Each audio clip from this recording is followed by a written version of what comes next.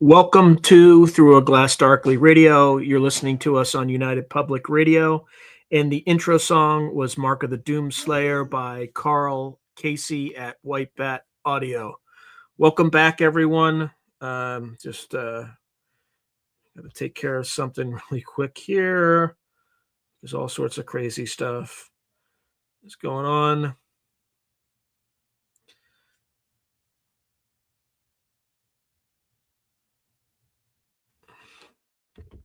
All right.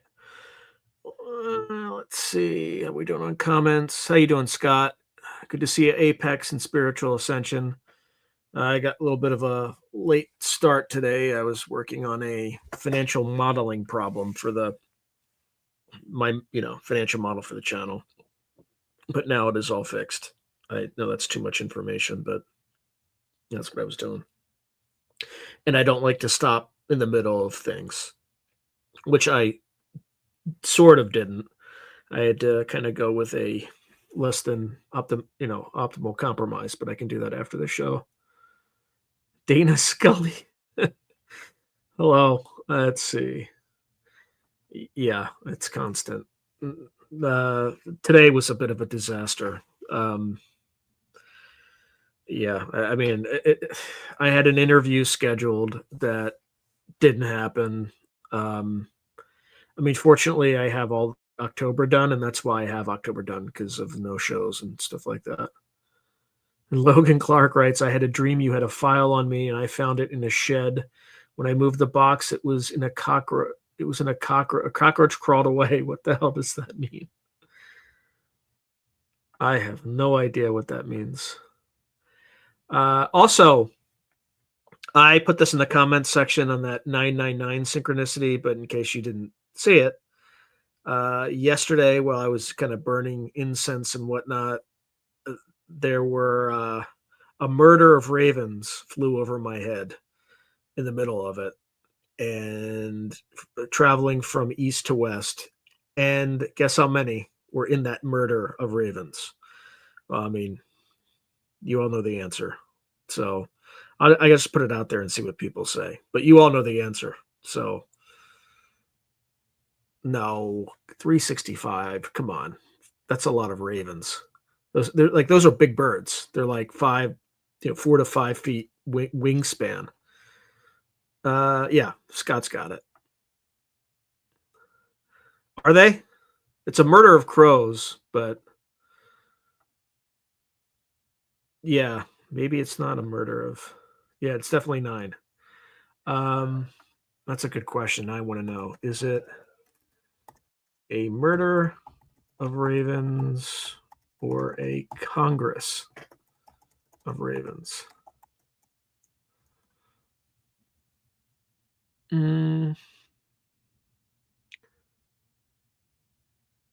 Oh,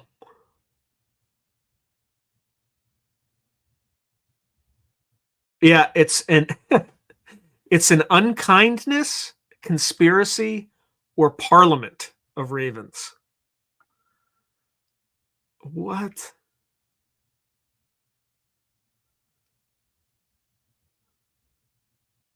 It's a parliament of owls, that's for sure. Wow. You learn something new every day. It's definitely not murder, and it's definitely not Congress.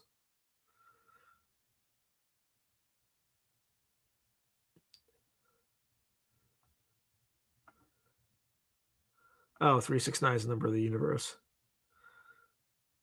They're definitely both. They're both corvids. That's why I just assumed murder, but it's not. Yep. All right, health plan. I had no idea UFC was on. I stream every Sunday at this time. Murder of crows is certain, but it's not a murder of ravens. All right, I'm gonna get started for people who came here who wanted to hear about Chaos Magick. I also use these radio shows to kind of do research for future guests. So I have a future guest who is basically the inventor or the creator of Chaos Magick. So you can all look that up. I mean, you don't have to look up. It'll be in the it'll be in kind of what I discussed today. So yeah. So anyway, just a reminder, a few things. Lots of new subscribers, so welcome. I hope you stay subscribed. For those who've been long-term subscribers, YouTube likes to unsubscribe. Excuse me, likes to unsubscribe people. So if you subscribe and think you are subscribed, just double check to make sure that YouTube's algorithm, for whatever reason, decided not to. Let's see. Okay, health plan says, Sean, in all seriousness, when you have time, consider strongly going to Gateway at the Monroe Institute for OBE experience and connecting to consciousness. I agree. My issue is not money right now; it's time. So I know what needs to happen for time to free up, but I'm not going to say that publicly. But yeah, what was I going to say? Oh, okay. So that's that with subscribers. Also, I am very clear about this. I come up with a topic and then I have AI do deep research, and what I'm reading was generated by AI. This is the only thing for like writing wise that I ever use AI for to generate, and it's just because I work 100 hours a week. I just don't have time to do this level of research with a full-time day job and numerous other kind of things going on, one of which is this channel. So it is what it is. If you don't like that, that's fine. But I just want to make sure that I'm clear for my own sake and my own integrity. This is the only kind of thing that I generate.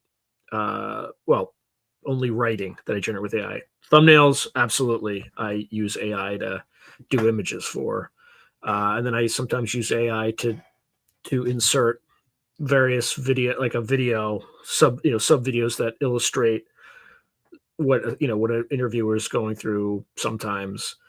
But on the writing side, this is only all my other writing is pure, not AI. So I just want to put that out there. Oh, congratulations, Logan, about doing. So Logan writes, I'm doing it in a year or so. I'm excited. That's the Monroe program. All right. Let us get started for folks who are here for the Chaos Magick intro. If I could only pull the freaking thing up. Come on. Go away. All right, there we go. All right. Chaos Magick. History, philosophy, techniques, key figures, and modern applications.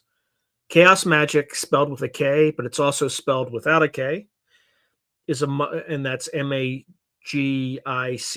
or Magick, or sorry, Magick or Magic, is a modern tradition of Western occultism that emerged in England in the mid-1970s.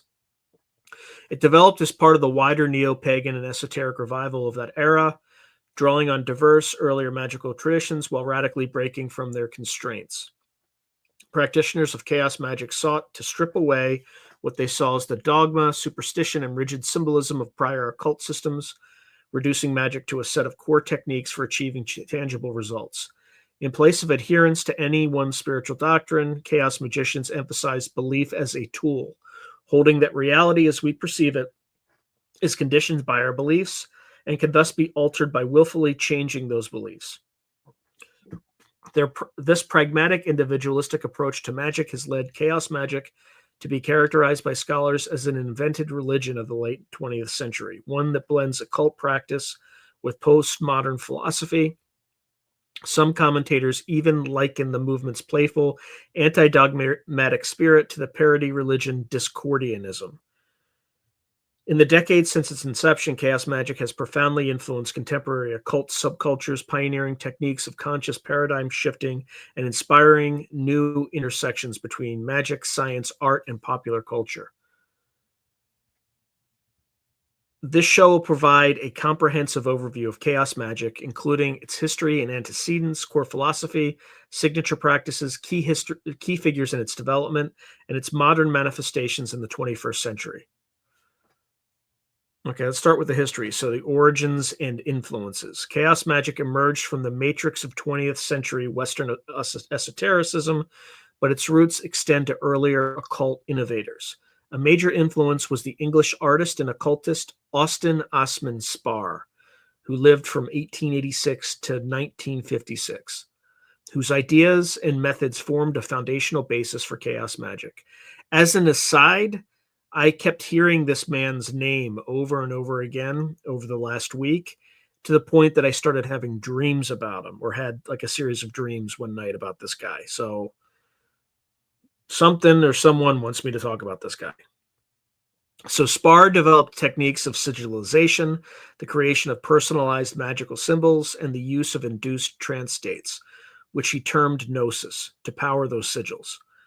Although Spar died before Chaos Magic as a movement took shape, he has been described as the grandfather of Chaos Magic due to his innovative rejection of traditional ceremonial magic in favor of a more individualistic psychological approach. Spar's work, especially the Book of Pleasure in 1913, introduced the concept that gods and spirits are in fact complexes within the subconscious mind and can be created or influenced by the magician, a notion that directly prefigures Chaos Magic's view of reality as subjectively constructed. Another important precursor was Aleister Crowley, who lived from 1875 to 1947, the famed British occultist and founder of Thelema. Crowley's syncretic approach to magic and his emphasis on experimentation and scientific method influenced later chaos magicians who admired his iconoclasm and efforts at deconditioning the mind from ordinary perceptions. Crowley had promoted the idea that rigid moral or religious frameworks should not bind the magician. Do what thou wilt shall be the whole of the law, is what he said, and this liberation of will informed Chaos Magic's radical individualism. By the 1960s and 70s, the wider culture's turn toward postmodern and countercultural ideas created a fertile environment for Chaos Magic to crystallize. Influences ranged from the absurdist anti-religion of Discordianism to the anarchic energy of the punk movement and the writings of futurist thinkers like Robert Anton Wilson. All these currents questioned established reality tunnels and encouraged a fluid, relativistic view of truth, themes that chaos magicians would take up in their own philosophy. Then we talk about the emergence of chaos magic in the 1970s. Chaos magic proper began to take form in the mid-1970s in London, notably through the activities of Peter J. Karl and Ray Sherwin, who are commonly regarded as the movement's founders. Karl and Sherwin believed that contemporary occult groups such as ceremonial magical orders and pagan covens had become too religious in character, mired in elaborate symbolism and dogma. In response, they envisioned a new approach to magic stripped down to its most basic techniques. An oft-quoted line from Karl captures this rebellious spirit. Quote, "Magic will not free itself from occultism until we have strangled the last astrologer with the guts of the last spiritual master," end quote. This colorful metaphor expresses the early chaos magicians' disdain for what they saw as needless mystification in existing traditions. Instead, they advocated a pragmatic, results-oriented practice of magic, free from any requirement to believe in metaphysical dogmas or to adhere to a single system of symbols. In 1976 to 77, Karl and Sherwin announced the formation of the first chaos magic organization, the Illuminates of Thanateros, the IoT. The name Thanatos, death, and Eros, love, signifying the primal forces they saw as harnessed in chaos magic, and hinted at the order's tongue-in-cheek attitude with the acronym IoT, also referencing input, output, and computing, referencing a techno-magical sensibility. Actually, they now use IoT to describe the Internet of Things. Very, very strange synchronicity. The seminal year for chaos magic's public emergence was 1978, which saw the publication of two influential texts, Liber Null by Karl and the Book of Results by Sherwin. These slim volumes, essentially manuals of chaos magic, were the first published works to explicitly outline the principles of chaos magic. Liber Null, Latin for nothing book, presented techniques such as sigils, meditation, and paradigm piracy, along with philosophical arguments for the flexibility of belief. Sherwin's Book of Results focused on practical sigil magic and provided step-by-step instructions for casting sigils to obtain one's desires. The term chaos magic itself entered into print largely through these works. From the start, chaos magic differentiated itself by its eclectic borrowing from many sources and its insistence that the power of magic lies in the magician's will and belief, not in any external symbol or ritual propriety. In the early 1980s, chaos magic remained a small avant-garde movement but began to spread in occult circles in the UK and beyond. New groups sprang up, such as the short-lived Circle of Chaos in Yorkshire in 1982, that included David Lee, a magician who would later author books on chaos magic. The IoT, which initially centered in London, expanded internationally, notably to Germany, where Ralph Tegtmeier, known as Frater UD, established a branch after translating Liber Null into German. By the mid-1980s, chaos magic had gained enough momentum that practitioners outside of Karl and Sherwin's immediate circle began publishing their own interpretations. Phil Hine, who would become one of chaos magic's best-known expositors, emerged during this period alongside others like Julian Wilde and Joel Baracco. They released accessible writings in zines, which are basically self-published magazines, that helped spread chaos magic globally, including via the early internet. Hine's book, Condensed Chaos, first published in 1995, and later Prime Chaos, which was, I guess, it was published before Condensed Chaos, apparently. That doesn't sound right. But anyway, they provided practical guides that demystified chaos for a broader readership and stressed its adaptability to individual needs. During the 1980s, chaos magic information was often disseminated through magical zines and small press journals. These grassroots publications, such as The Lamp of Thoth, published out of a Leeds occult bookstore, and later Chaos International, served as forums for chaos magicians to share techniques, results, and radical ideas. The zine culture surrounding chaos magic reflected its anti-heretical or hierarchical and democratic ethos. Anybody could contribute their experiences or theories, leading to lively debates and rapid evolution of the discourse. Zines from this era show chaos magicians engaging not only with ritual practices, but with wider topics like politics, sexuality, art, and science, often through an iconoclastic lens. In effect, chaos magic in the 1980s functioned as an open source, continuously reinvented tradition, rather than a fixed doctrine. Notably, some participants even pronounced chaos is dead by the late 1980s as a provocative statement, reflecting a reluctance to let chaos magic ossify into a new dogma. Despite such declarations, the movement's amorphous and anarchistic nature ensured it would simply mutate into new forms rather than truly disappear. By the 1990s, chaos magic had firmly established itself in occult subcultures across the Western world and began to intersect strikingly with popular culture. From its inception, chaos magic carried the notion that any symbol system could be used in magic, including those from fiction or mass media, since all symbol systems are equally arbitrary and thus equally valid. The belief invested in them is what matters. An early example of this principle was the adoption of the 8-pointed chaos star, or chaos sphere, as an emblem of chaos magic. Originally devised in Michael Moorcock's fantasy novels as a symbol of the abstract force of chaos, the 8-arrowed star was borrowed by chaos magicians in the late 1970s and 1980s and remains one of the movement's iconic signs. Chaos magicians in the 1990s also experimented with incorporating elements from H.P. Lovecraft's horror literature into their magical work. Occultist Kenneth Grant, a student of Crowley and Sparr, had earlier pioneered the blending of Lovecraft's fictional mythos with esoteric practice. Building on this, some chaos magicians performed rituals invoking Lovecraftian entities, for example, the Great Old Ones, as metaphorical personifications of cosmic forces. Phil Hines' The Pseudonomicon in 1994 collected such Lovecraftian rites, exemplifying Chaos Magick's willingness to treat modern myth as raw material for magic. This period also saw Chaos Magick surface in multimedia arts. In the comic book realm, Scottish writer Grant Morrison integrated Chaos Magick themes directly into The Invisibles, a graphics novel series. Morrison described The Invisibles as a hyper sigil, an extended magical sigil in the form of an ongoing story intended to produce effects in reality. Indeed, he credited his practice of chaos magic and the creation of this hyper sigil with influencing events in his own life and the culture at large. Morrison's work, alongside his public speeches, such as the influential Pop Magic essay and a presentation at the 2000 Disinfo Convention in New York, brought Chaos Magick to a wider audience beyond traditional occult circles.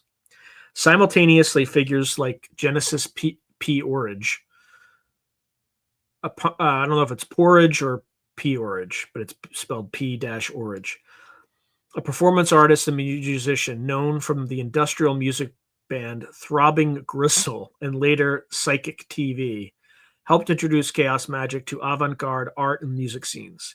In 1981, P. Orridge co-founded the Temple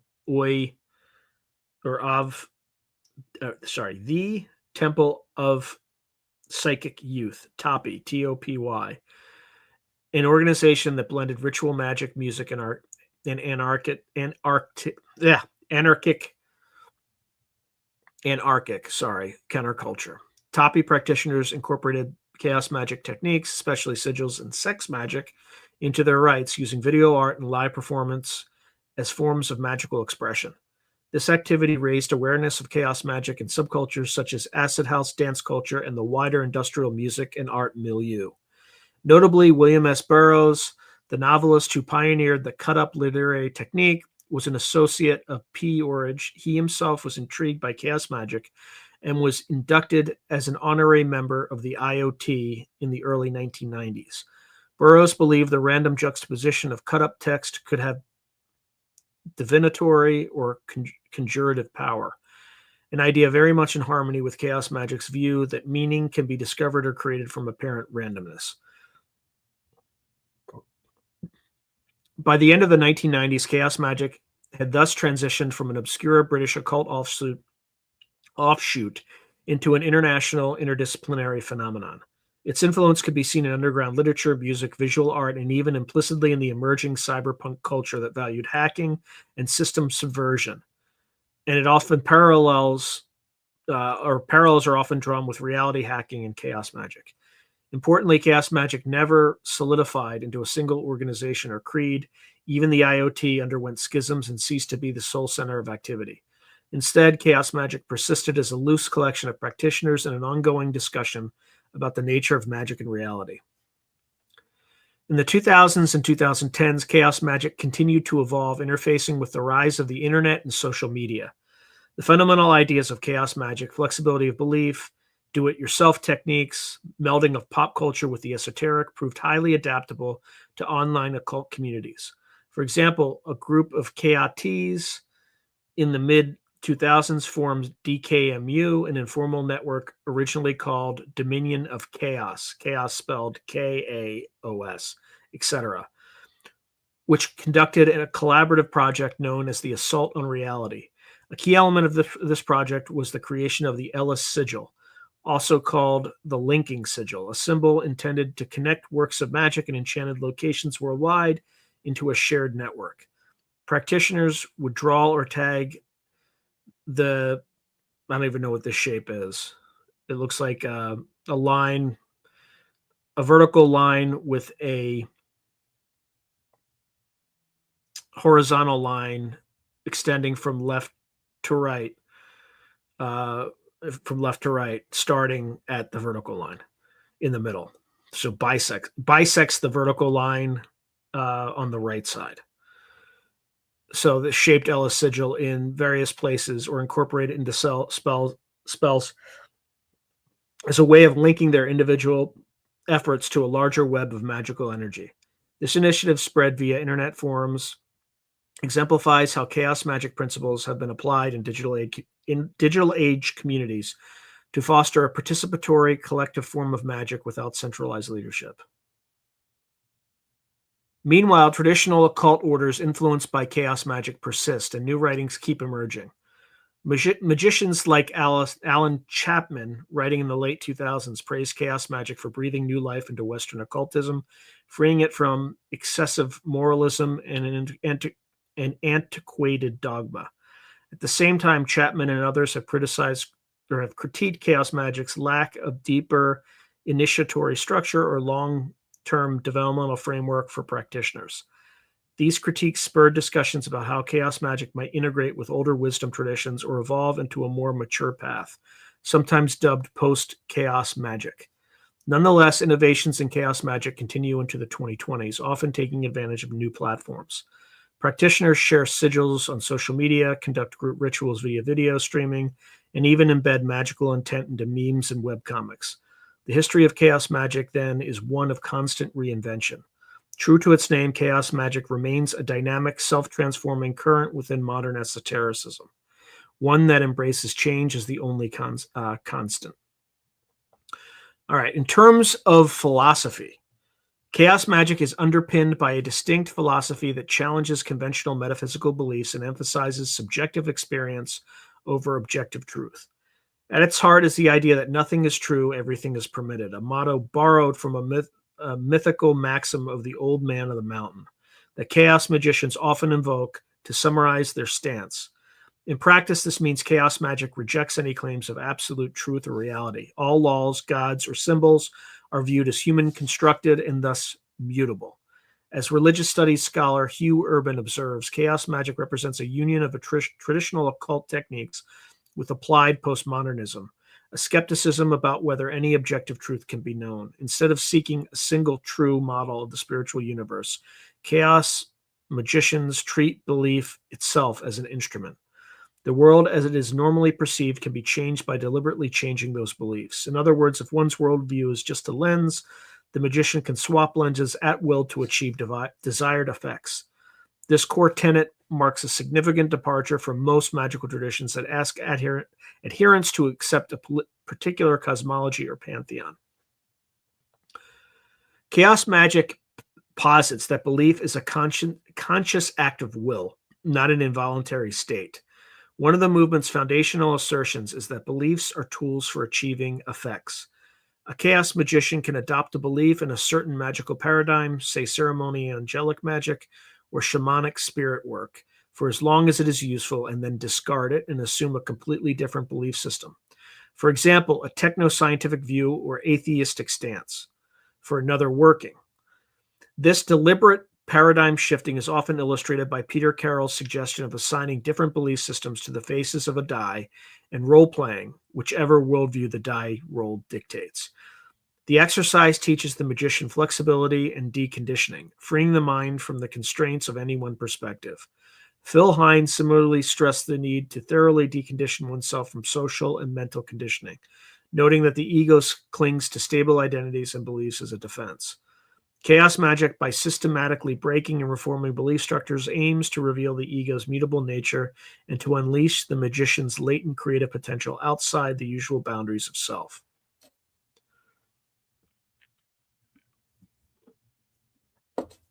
This philosophical stance owes much to the influence of Austin Osman Spare. Spare considered that belief carries a kind of psychic energy, which normally becomes locked up in rigid mental structures. So, for instance, religious dogmas or personal limitations. He advocated freeing this energy by rejecting all fixed beliefs, essentially emptying oneself of all preconceptions, so that the energy could be reinvested in new aims. For Spare, the ultimate reality was a sort of undifferentiated chaos, or Kia, K-I-A, a state of infinite potential beyond form. Belief, in his view, imposed artificial order and thus limits on this chaos. Chaos magic inherits this idea. Chaos is seen not necessarily as randomness alone, but as the raw creative flux of existence, the unformed potentiality, which contains everything in a state prior to conception. By mastering belief, the magician taps into that potential. In practice, chaos magicians often say they do not believe in their rituals or gods in the ordinary sense. Rather, they choose to believe for the duration of a ritual in whatever concept will yield results, and then later disbelieve or adopt a new belief as needed.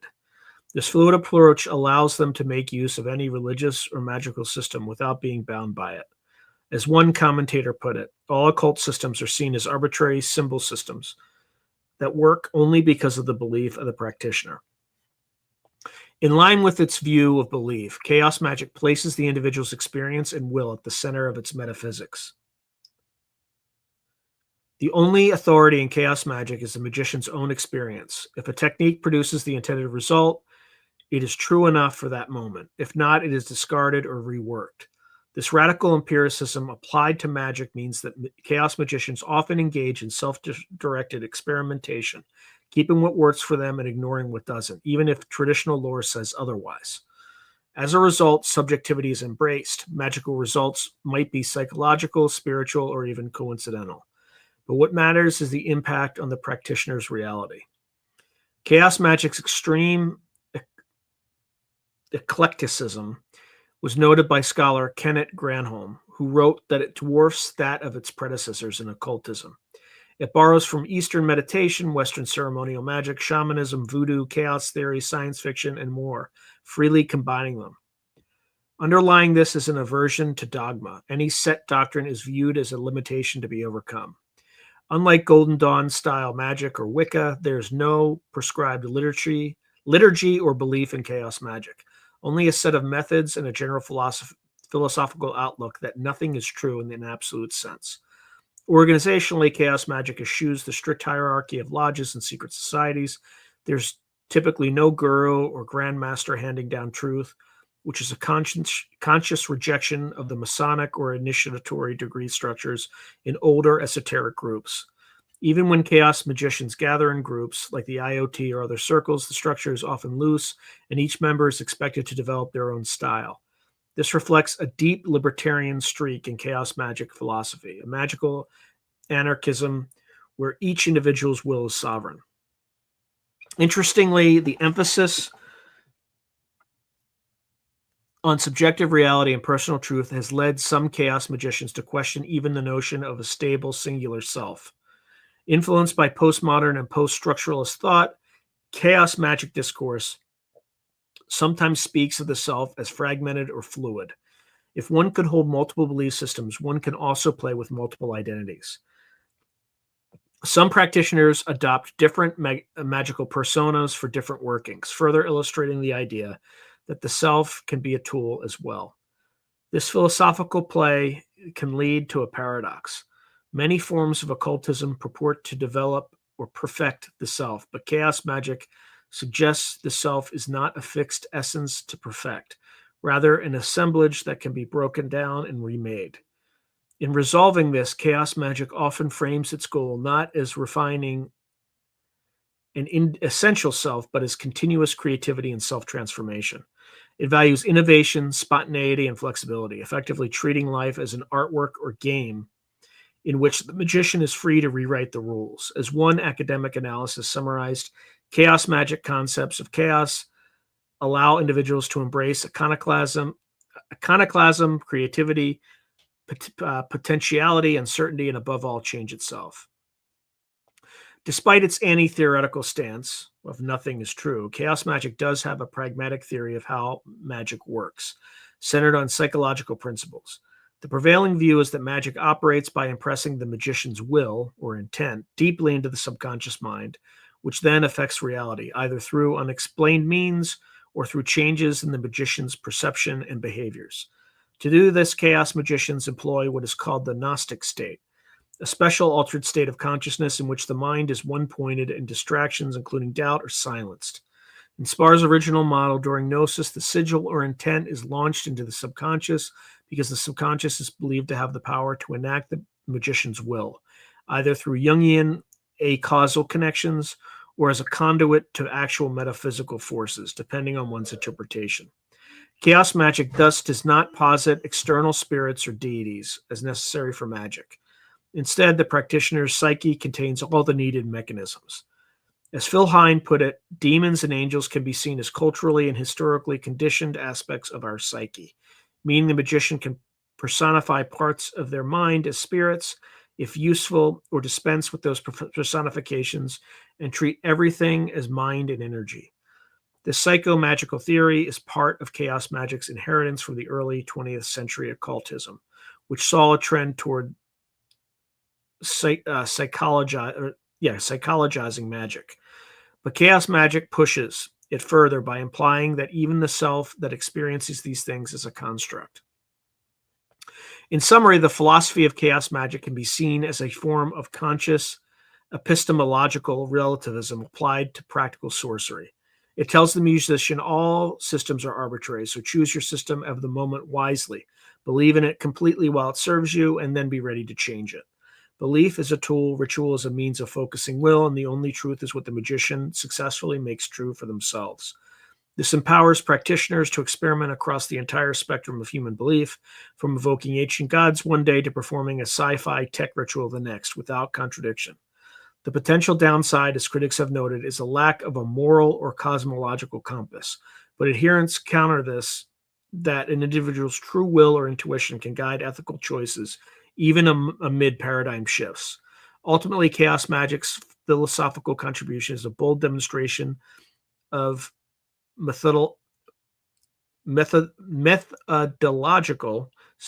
skepticism and spirituality. Take nothing on faith, test everything, and nothing is true, not even that, and therefore everything is permissible as a tool for the will.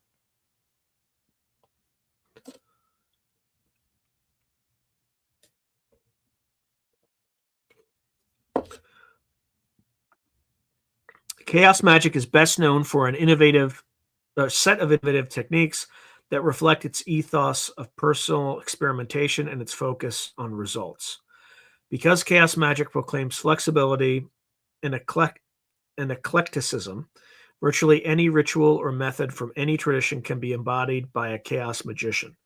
As one survey notes, individuals involved in Chaos Magick have used the full range of magical practices and systems drawn from a long history. However, several key practices are particularly characteristic of Chaos Magick and frequently discussed in its literature. These include sigil magic, the induction of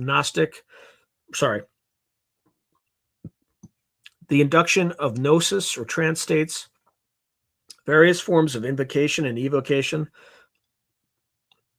which are often reinterpreted in psychological terms, the creation of servitors, and the use of divinatory or randomization methods, like the cut-up technique. What distinguishes Chaos Magick's use of these techniques is the way they are stripped down to the functional core and often given a contemporary, non-dogmatic twist. Below, we examine some of the most common practices. So the first is sigilization. The practice of crafting and launching sigils is the hallmark technique of Chaos Magick. A sigil is a symbolic representation of a magician's specific desire or intent compressed into an abstract glyph. Chaos magicians typically create sigils using the method first articulated by Austin Osman Spar. The process begins with formulating a clear statement of intent. For example, it is my will to obtain a new job. The magician then encodes the statement into a glyph by removing repeated letters and vowels and artistically combining the remaining letters into a new symbol that no longer overtly reads as the original phrase. The resulting sigil is a kind of monogram of thought. It embodies the desire in a way the conscious mind cannot immediately recognize, which is intentional. According to Spar, Chaos Magick generally, the conscious mind's attachment to the desire is an obstacle. What is needed is to impress the desire upon the subconscious without the conscious ego's interference or lust for result. Once the sigil is constructed, the magician must charge it and launch it. This is where the induction of a Gnostic state becomes crucial. The practitioner enters a state of heightened focus or trance.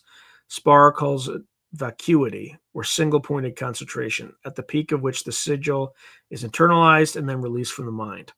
Chaos magicians have a repertoire of ways to reach this peak state of consciousness, broadly characterized by Peter Karl as inhibitory or excitatory techniques. Inhibitory techniques involve quieting the mind and reducing sensory input. for example, deep meditation, breath control, or staring at the sigil for long periods. Whereas excitatory techniques involve ramping up philosophical or emotional arousal, for example, sexual orgasm, intense physical exertion, dance, drumming, or use of certain psychoactive substances. In other cases, the aim is to obtain a flash of ecstatic trance where the mind is momentarily emptied of all but the sigil. At that moment, say at the instant of orgasm or the crescendo of a dance, the practitioner concentrates on the sigil, mentally launches it into the depths of their unconscious. Immediately afterward, the magician must forget the sigil completely, severing all conscious attachment to the outcome. As Spar himself advised, there should be a deliberate striving to forget it once the sigil is cast. This act of forgetting is believed to allow the desire to take root in the subconscious without being sabotaged by doubt or obsessive longing from the conscious mind. The sigil then works over time to actualize the intent according to Chaos Magick theory. Whether one views this as a psychological mechanism, the sigil implants a goal in the unconscious that then influences one's behavior and perception to fulfill it, or a mystical one. The sigil sends out a mystical call that attracts synchronicities or spiritual aid, is left to the practitioner's own model of reality. Ray Sherwin described the sigil method succinctly. The magician acknowledges a desire, lists the appropriate symbols, and arranges them in an easily visualized glyph. Using any of the Gnostic techniques, he reifies, which means to make real, the sigil, and then by force of will hurls it into his subconscious, from where the sigil can begin to work unencumbered by desire. This technique in various personalized forms is ubiquitous in Chaos Magick practice. Its appeal lies in its simplicity and efficiency. No elaborate ceremonial apparatus or external spirits are required, only paper, pen, and one's mind and body. In modern occultism, the Chaos Magick sigil method has been highly influential, being adopted by practitioners and other traditions as a general method of wish fulfillment or spell casting. Then there's gnosis and trance. As noted, achieving a Gnostic state is central to many Chaos Magick operations, not just sigils.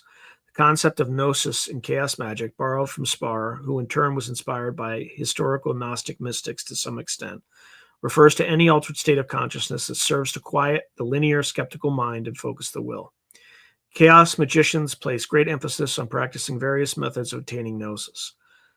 These methods can range from meditation techniques, zazen, pranayama breathing, sensory deprivation, to the more ecstatic methods, hyperventilation, spinning, intense emotional arousal, chanting, flagellation, or sexual stimulation.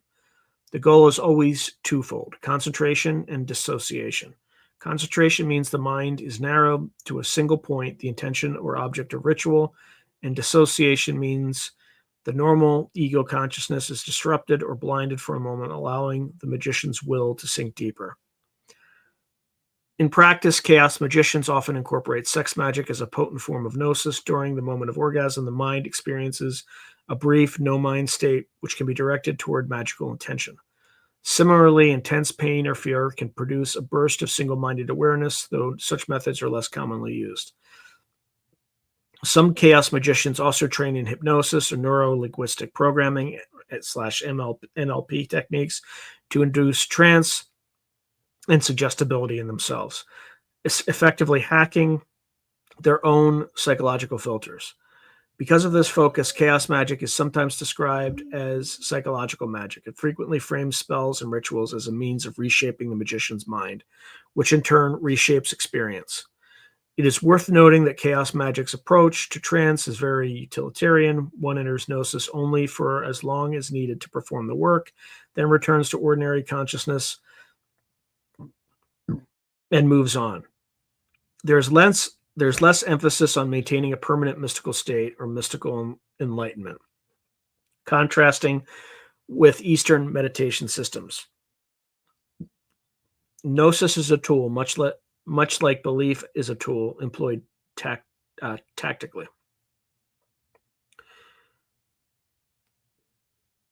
Invocation and evocation. Chaos magicians do make use of invocation, calling a deity or archetype into oneself, and evocation, summoning an entity into manifestation. but they often interpret these practices in non-literal or non-traditional ways. In classic ceremonial magic, invocation, evocation assume the objective reality of spirits, gods, angels, etc. Chaos magic offers a different perspective. Such entities can be treated as useful fictions or constructs that represent particular forces or psychological complexes. As one source puts it, chaos magicians tend to regard the demons, angels, or other spiritual beings of classic ritual magic as culturally and historically conditioned. In other words, products of human belief that nonetheless can be interacted with. A chaos magician might perform a summoning ritual from a grimoire, but with the understanding that the demon is part of their own mind or a symbol of some energy rather than an external fallen angel. More provocatively, chaos magic opens the door to invoking modern gods, figures from fiction or pop culture, on the premise that if belief empowers an entity, any sufficiently beloved or feared symbol can serve. An oft-cited example is that a chaos magician might choose to invoke Mickey Mouse or Superman instead of a traditional god of wealth, reasoning that Mickey Mouse as a symbol of corporate capitalism might wield more influence in the collective psyche today than an obscure demon of greed like Mammon. This approach exemplifies chaos magic's irreverence and pragmatism. Indeed, there are accounts of chaos magicians in the 1990s invoking characters like Batman or utilizing the mythology of the Jedi from Star Wars in ritual, not out of genuine religious devotion to those characters, but as a way to tap qualities or energies those archetypes represent. Additionally, chaos practitioners are free to syncretize pantheons and invent new composite entities. If one needs a war deity, one could invoke Mars, Thor, and Kali interchangeably or merge their abilities or their attributes, as all are seen as masks of the same basic concept. This interchangeability is taken even further by some who equate comic book heroes with ancient gods, often drawing parallels between Hermes, the messenger god, and DC Comics' The Flash. Grant Morrison argued that the gods of old and the icons of pop culture are equally valid archetypes, just different cultural glasses for more universal ideas. Hence, in ritual, one could use a modern icon to stand in for an older deity or vice versa. Despite this playfulness, the techniques of invocation, evocation, and chaos magic can look similar outwardly to those in other traditions. The practitioner may use visualization, dramatic roleplay, or temporary self-identification with a deity form, invoking a god form. What changes is the mindset. It is done with a light touch and a willingness to suspend disbelief for the duration. This method has been described as plug-and-play magic. You plug into a belief system or spirit when needed and unplug when finished.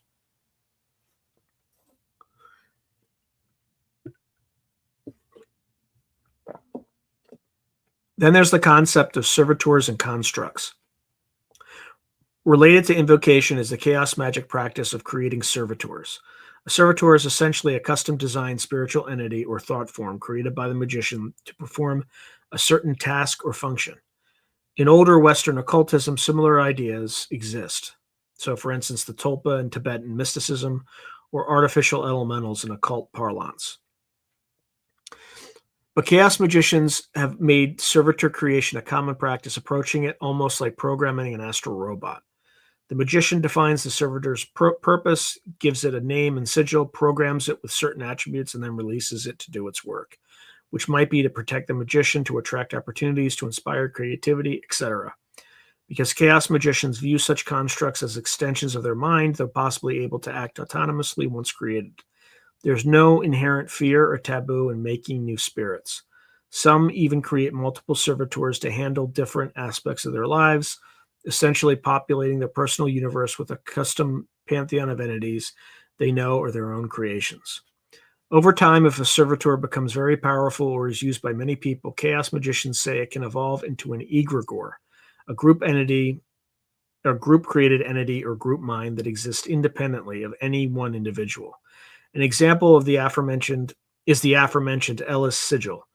Initially a symbol, it has accrued so much usage and mythos among practitioners that some treat Ellis as a deity-like presence, representing connectivity and anarchic magic.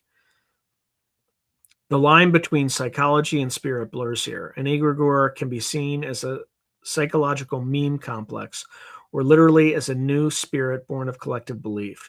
Chaos magic is comfortable with either interpretation, again, applying the meta belief that what matters is how one relates to it. Then there's divination and the cut-up technique. Chaos magicians often incorporate elements of chaos and randomness in their practice, reflecting the idea that novel patterns and messages emerge from the unpredictable. Traditional divination tools like the I Ching and Tarot are used, but often with the understanding that they are random generators, which allow the subconscious to project meaning. A uniquely chaos magic approach to divination is the use of random text through the cut-up technique, borrowed from William S. Burroughs and Brian Gibson, or Gisson, or Geisen, I don't know how to pronounce it. The cut-up technique involves literally cutting up written text, newspapers, books, one's own writing, and rearranging the fragments to form new phrases. Burroughs, who was both an avant-garde artist and a chaos magic practitioner, believed cut-ups could reveal hidden truths and even predict future events.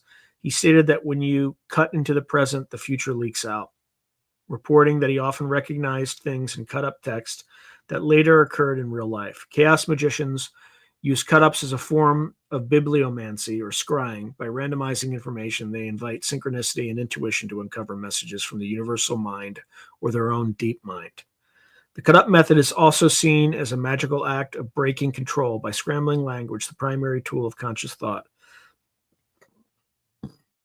One might momentarily break the hold of ordinary reality on the mind. Genesis Peorage described cut-ups as a way to identify and short-circuit control mechanisms in one's life, a means to describe and reveal reality by literally cutting through it. In a broader sense, chaos magicians practice a kind of synchromysticism, observing coincidences and patterns in the chaos of daily life, such as random media or events, and treating those as guidance or magical dialogue. This mindset turns even passive activities like watching movies or surfing the web into potential occult experiences if approached with the right consciousness.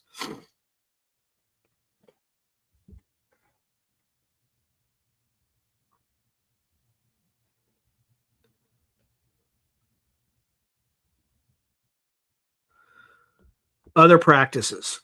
Chaos Magic's toolkit is extensive. Some additional practices include dream work, such as incubating or interpreting dreams for insight, often aided by sigils placed under pillars.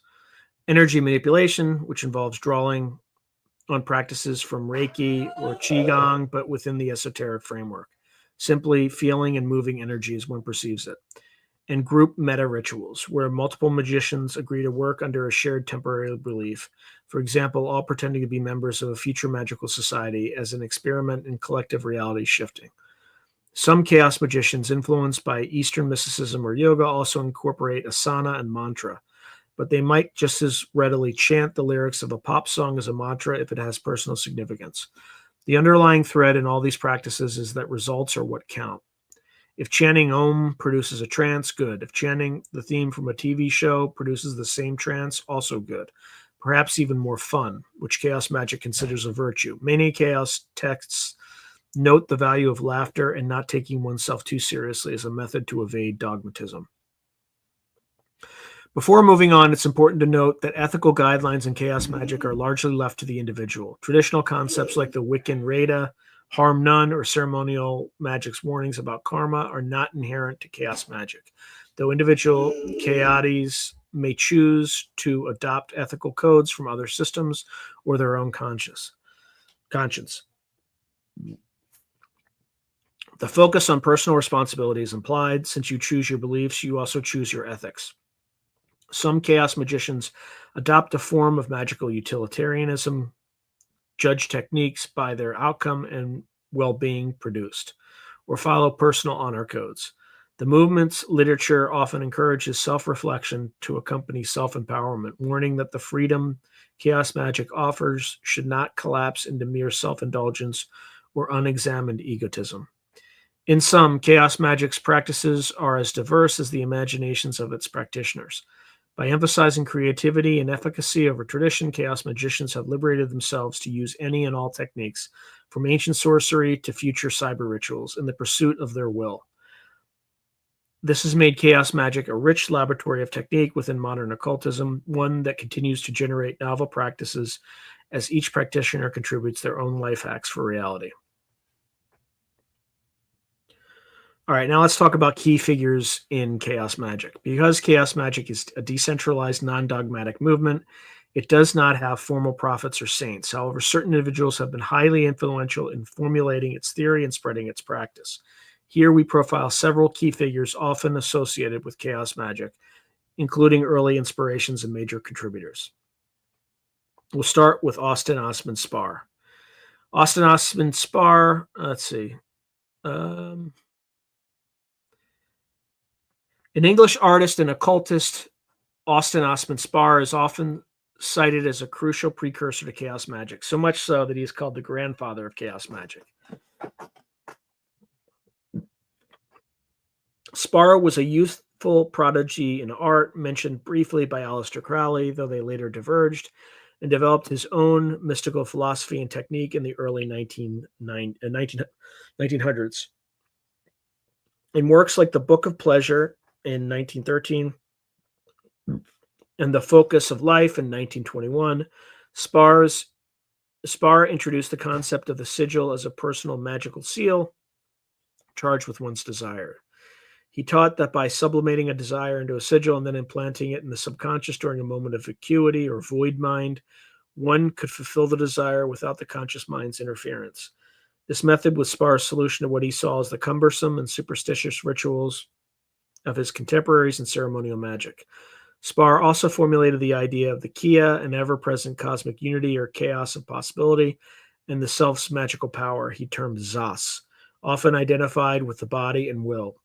His mystical aphorisms, "There is no religion higher than the truth of yourself," exemplify the self-centric and anti-dogmatic bent that Chaos Magic would later embrace. Spar's practical legacy to Chaos Magic is immense. Sigil magic in its modern form is directly his invention, and the concept of achieving a special state of consciousness, gnosis, to empower magic also originates in his work. Additionally, Spar's view that gods and demons are simply complexes within the subconscious mind and can be created or extinguished by the magician prefigures Chaos Magic's view of reality as subject to belief. He wrote that the practitioner could create elementals to carry out their will, an early form of servitor idea. Although Spar himself did not found a school, his writings were rediscovered and popularized in the 1970s by chaos magicians like Karl and Sherwin. They saw in Spar a kindred spirit who had been ahead of his time, advocating simplicity, personal symbolism, and psychological insight in magic. Today, Spar is revered among chaos magicians and occultists alike. His art, which is full of magical and sexual symbolism, and his esoteric ideas continue to be studied. Chaos Magic, with its focus on sigils and personal gnosis, can be viewed as a direct continuation of Spar's Zos Kia cultus, cult of the self and ultimate reality, updated for the postmodern age.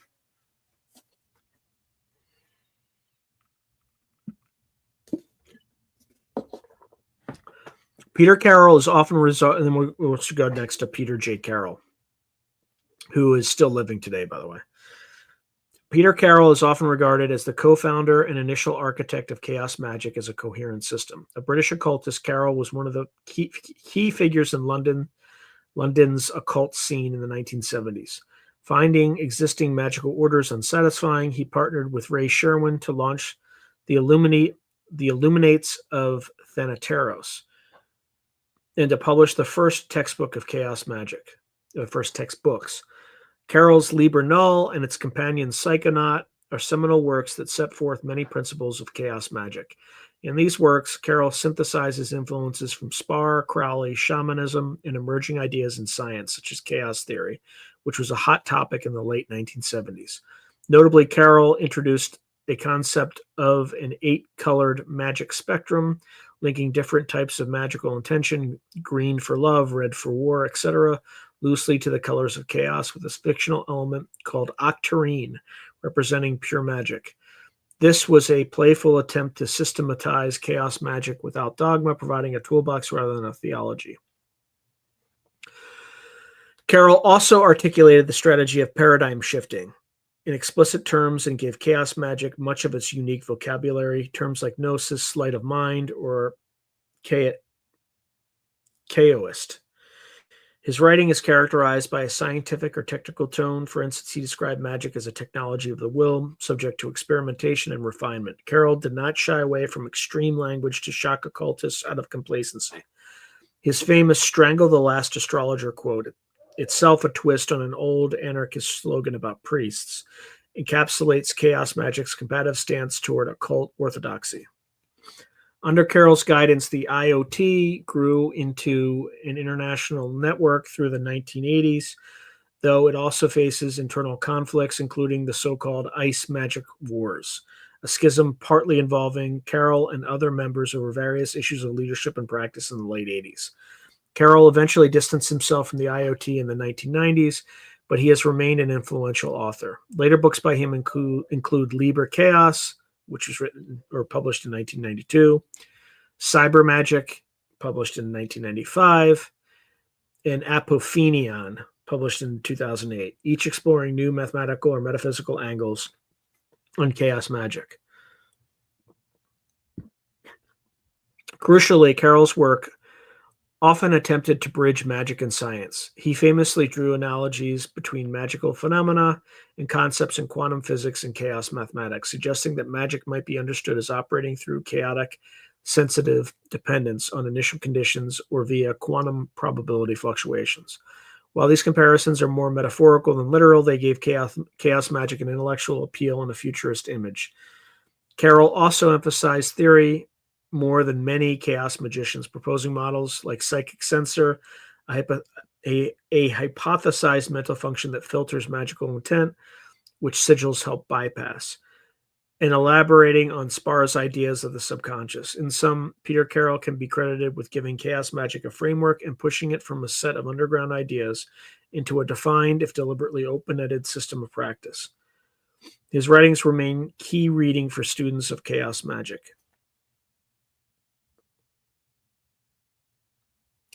Then there's Ray Sherwin. Ray Sherwin is the quieter co-founder of Chaos Magick, yet he played an essential role in its early development.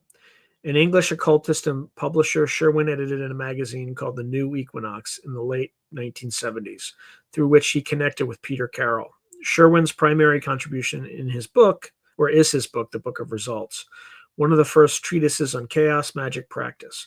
In it, Sherwin focuses on sigils and practical spells, sharing simple techniques to obtain results without elaborate ritual.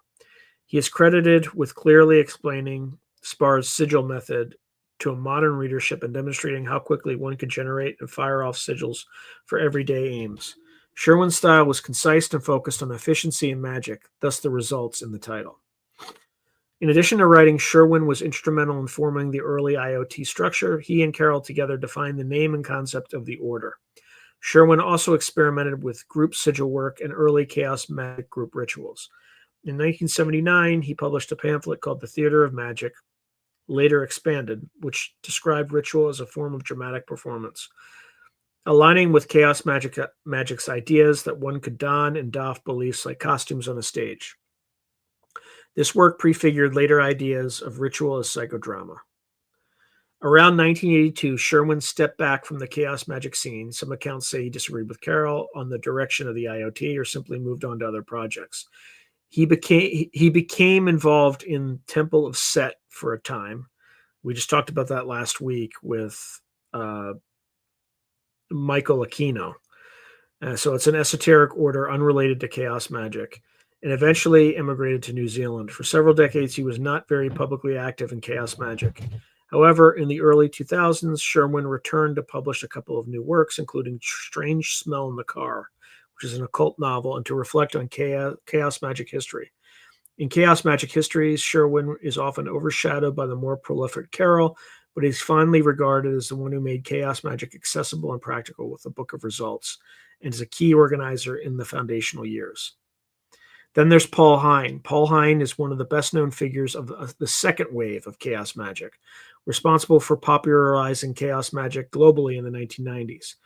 A British magician with a background in Western occultism and Tantra, Hine became involved with chaos magic in the 1990s and soon started writing extensively on the subject.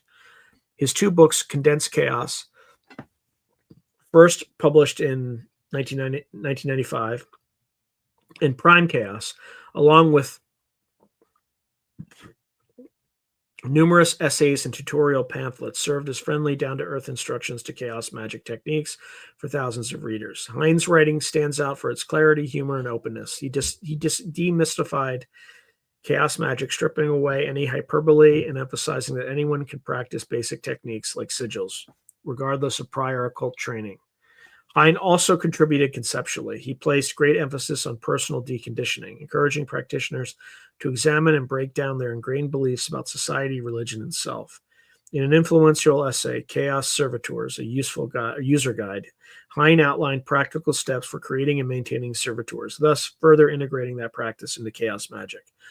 His work often discussed the psychological aspects of Chaos Magic, acknowledging that many effects could be explained in terms of subconscious shifts, while leaving room for more mysterious interpretations as well. Importantly, Hein was on the cutting edge of using the internet to spread Chaos Magic. In the early 1990s, he and others engaged in Chaos Magic discussions on message board and listservs, making Chaos Magic one of the first esoteric traditions to have a significant online presence. Hein's essays like Cyber Magic explored how emerging cyberculture could interfere with magical practice.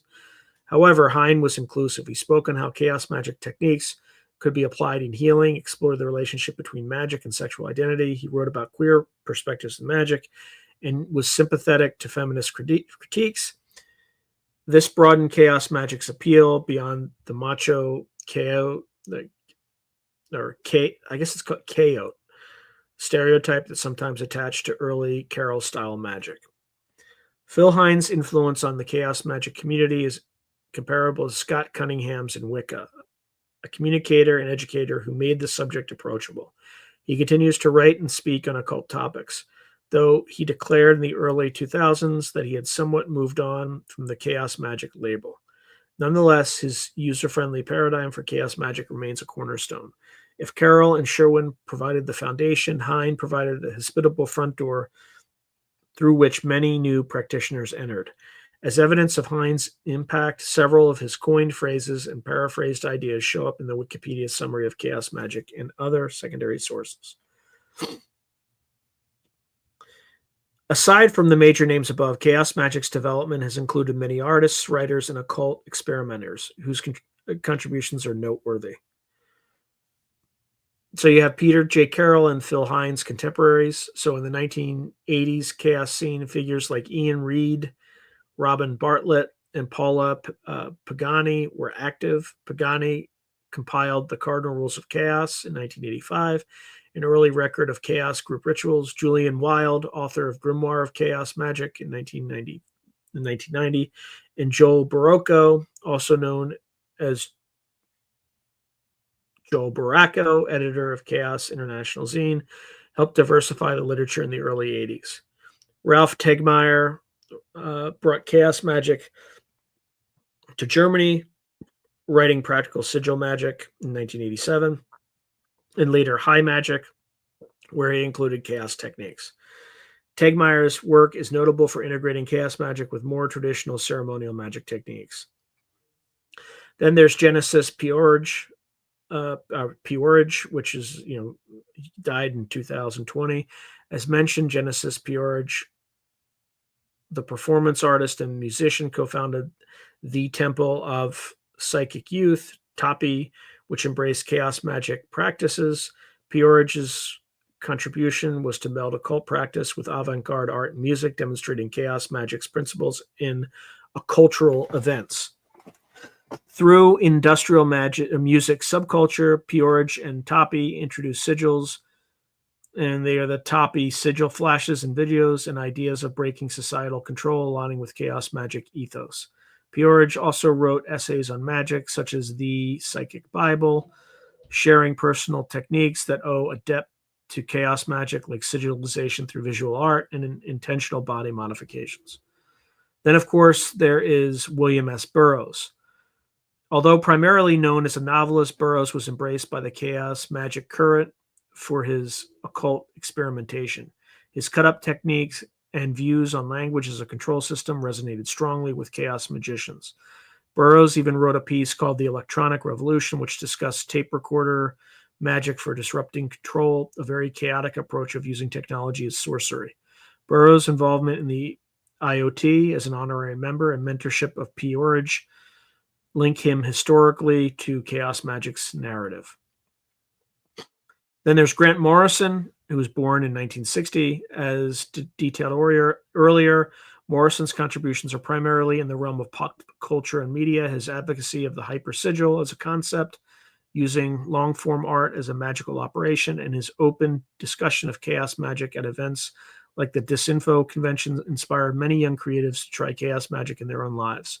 Morrison, in a sense, acted as an ambassador of chaos magic to the pop culture world, showing that these ideas could have currency outside of occult bookstores, in Comic-Cons, in music magazines. Another comic writer, Alan Moore, though not explicitly a chaos magician, was for a time in the 1990s exploring ideas of chaos and even contributed an article on chaos magic under a pseudonym, Jasper Blake, to a magazine.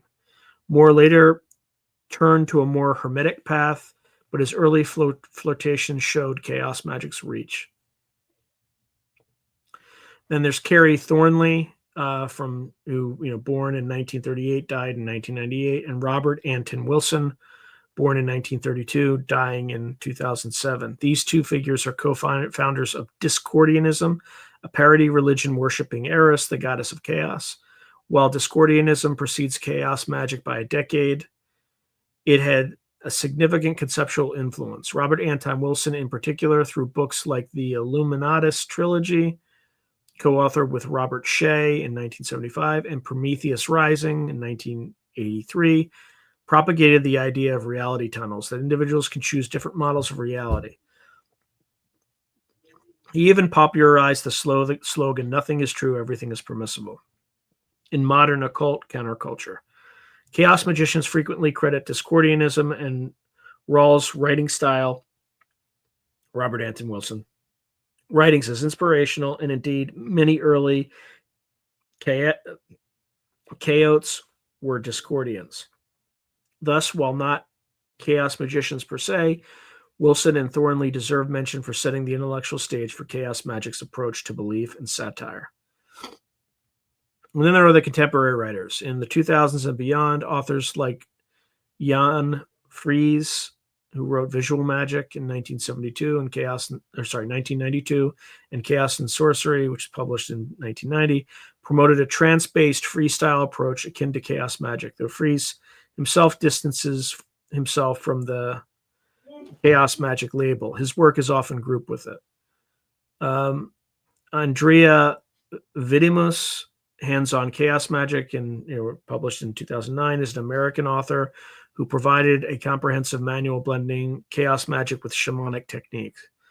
Gordon White, known for the Rune Soup blog and Chaos Protocols in 2016, and Grant Vajranald Morrison continued to spread chaos-derived ideas in modern contexts, from financial magic to pop archetypes, often merging chaos magic with other occult streams.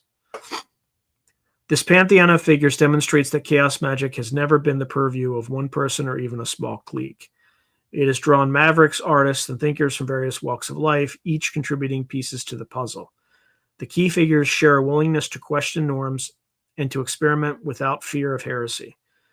Through their writings, art, and organizations, they have collectively shaped chaos magic as an evolving tradition that values individual genius and collaborative innovation in equal measure. All right, now we're going to talk about modern applications and influence. In the decades since its inception, chaos magic has continuously adapted to the changing cultural landscape, finding new applications and exerting influence in a variety of fields, from the practice of psychology to the creation of internet memes. In the 21st century, chaos magic persists less as a formal movement and more as a set of techniques and attitudes that have diffused into occult subculture and even popular consciousness. This section explores how chaos magic is practiced today, its ongoing influence on occult communities, and its intersections with psychology, art, and digital culture. Today, many practitioners of chaos magic continue to work as solitary magicians or in small informal groups, much as they always have. One can find chaos magic discussion groups across social media platforms like Facebook, Reddit, Discord, etc., where enthusiasts share sigils, results, and ideas reflecting the movement's do-it-yourself spirit in an online context. The lack of hierarchy in chaos magic makes it naturally suited to the decentralized nature of the internet. People from different countries can collaborate on global rituals or share open source magical techniques without needing any central authority's approval. For instance, the Ellis Linking Sigil project by the DKMU group, active in the mid-2000s, was essentially organized on message boards. Practitioners worldwide drew or painted the same sigil in their local area to magically connect those locations and assault consensus reality. This kind of networked occult activism shows chaos magic principles in action, belief hacking, creative symbolism, and collective will deployed via digital coordination. Chaos magic has also permeated other occult traditions. Many modern witches and neo-pagans incorporate chaos magic techniques, describing themselves as chaos witches who feel free to mix pantheons and use sigils and spellcraft.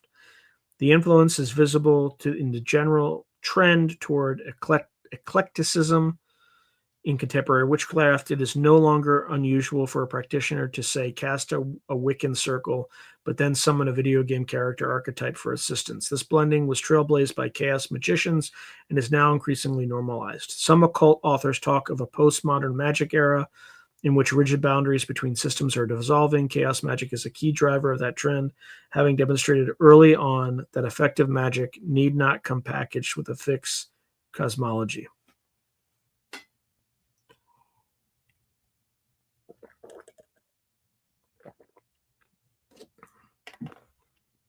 Organizationally, the Illuminates of Thanateros still exist with semi-autonomous branches in different regions, and it continues to teach chaos magic to new members, although its presence is relatively quiet. Other chaos magic-inspired organizations have come and gone. For example, the Circle of Chaos in the 1980s, or local chaos magic temples in various cities. But the general inclination of chaos magicians is against formal organization. So much of modern chaos magic lives in a fluid community of practice rather than official lodges. Workshops and conferences on chaos magic occasionally occur, often folded into larger occult conferences. Topics might range from social media sigil campaigns to using VR technology for astral temples, showing how practitioners constantly experiment with new mediums. Chaos magic's greatest impact on occult culture has been to inject a spirit of liberation and creativity. Even those who do not identify as chaots have been influenced by its example. For instance, the model versus belief distinction, treating magical theories as models that can be used or dropped, has been embraced by many ceremonial magicians who have thereby become less dogmatic. The idea of psychological transference in magic, that rituals primarily affect your mind, which then affects reality, is far more accepted now, in part thanks to chaos magic's popularization of the concept. Additionally, chaos magic helped revive sigil magic broadly. One sees people in various traditions, even New Age manifestors or energy healers, using sigil-like methods, often unaware that spar and chaos magic are the source. Chaos magic has also served as a bridge between occultism and radical politics. Its focus on personal freedom and rejection of external authority resonated with anarchist and countercultural movements. In the 1980s and 90s, zines produced by Chaos Magic often included political and social commentary aligning chaos magic with punk and do-it-yourself culture. This is carried on in newer forms. Some leftist activist circles have employed sigils and chaos magic ideas in culture jamming. For instance, crafting sigils aimed at corporate logos or political outcomes. The amorphous network Anonymous and some meme-based movements have occasionally been tongue-in-cheek described as doing meme magic, which is essentially chaos magic by another name, influencing reality via symbols in the mimetic sphere. A notable example was the online sigil campaigns during the late 2010s, where internet communities attempted to influence political events through mass focus on particular memes. The satirical worship of the cartoon frog Keck by some communities had a structure reminiscent of chaos egregore creation. While such phenomena are not centrally organized by chaos magicians, they show how chaos magic's core idea that belief and symbol can shape reality has permeated even internet subcultures in unexpected ways. All right, let's take a break. Good Lord. I have a little bit more left, but let's just try to go through. I'm sure there's like a billion comments, but let's see. Yeah, I can't even see where I left off. There we go. All right, Logan Clark. Okay. Logan Clark says you should do an explanation about your use of AI. Popcorn Yellow Striped Smile. Spiritual Ascension writes, dark stuff indeed. Hey, Pix, good to see you.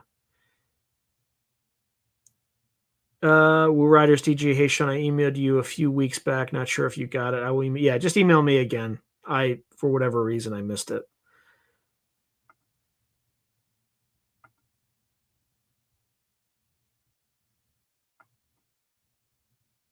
Okay. Yeah, Pix, I've reached out to him for years. He doesn't respond. So Pix said, Sean, you need to interview Mitch Horowitz. Yeah, I've tried for years. He doesn't respond to any of my emails. Yeah, a week. Yeah, I only get it one day a week, folks. So tonight's the night for donkeys. Okay, so Dale Fleischer is writing. Viewers may be interested in comic writer Alan Moore's recent novel, not comic, features Austin Spar as one of its major characters and is a fun read. Interesting. Oh boy, yeah, Throbbing Gristle. Jalal Jalal said, "You know who always said the peeps who has serious hauntings need to seek a chaos magician. Made it common technique, but never showed the process of the practitioners involved. Dead files." Okay, Jalal Jalal said, "Been a great investment since COVID and now with the Feds shut down."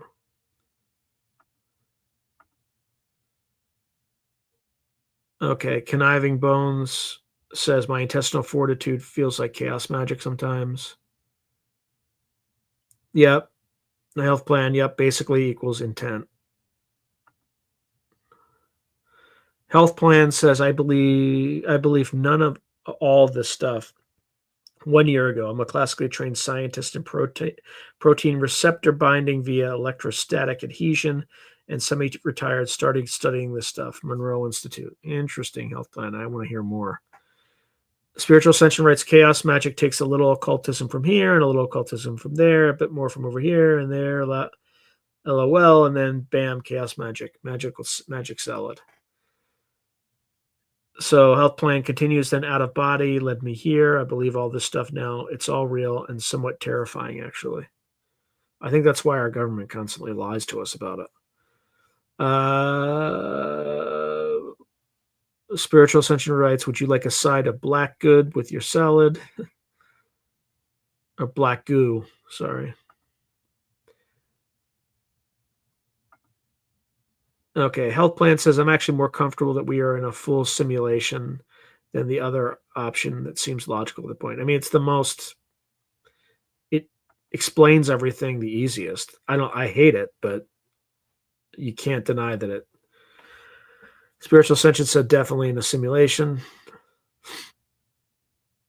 Okay, Jalal said FBI memo dated 6751 or FBI memo 6751 dated 1945 has a lot of Monroe Institute data that was of interest to the spooks as it related to we are the cryptids and other phenomena actually come from. They saw Talos and Locus levels.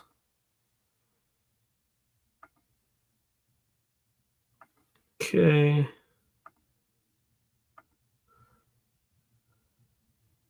Maybe we should appreciate what is. Let's see. Delay Delau says, I always go to Mother Principal because I know it is all her dog and pony show and helping her see for what it's worth. At least I can do. All her Malkovich, Malkovich, Malkovich. Yeah, welcome to the Great Awakening.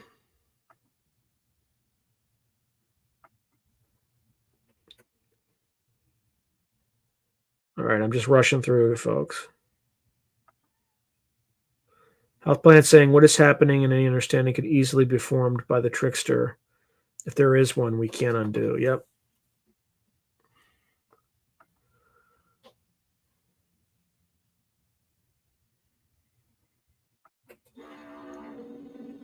All right, so health plan saying my 3-minute experience was also with some being which ended the download and connection.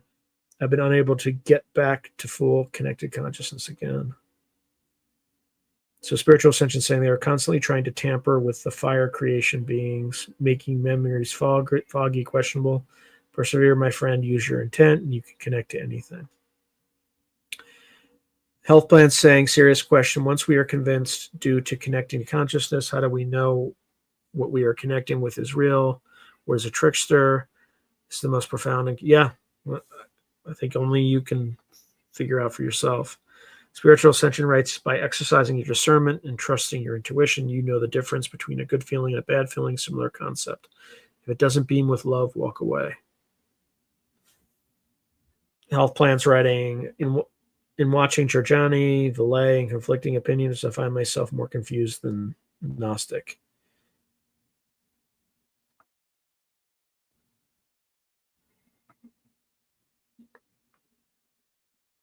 Ghosts there? Not that I know of.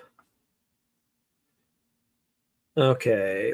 Health plan saying, have most here connected via an out of body or other means. I found the experience so profound and strong that I was unable to deal with reality for several days. I've only begun meditation recently. Health plan, I've been trying to do it since I was 12 years old, and as far as I know, I have never been successful. Spiritual ascension saying, personally, I don't channel, I will only connect to my higher self.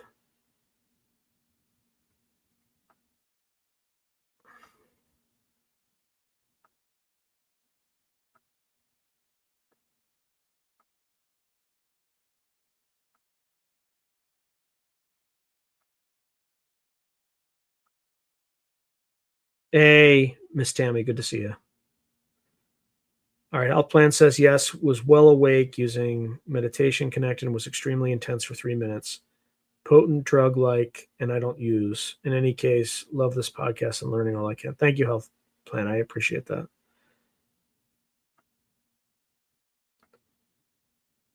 Okay.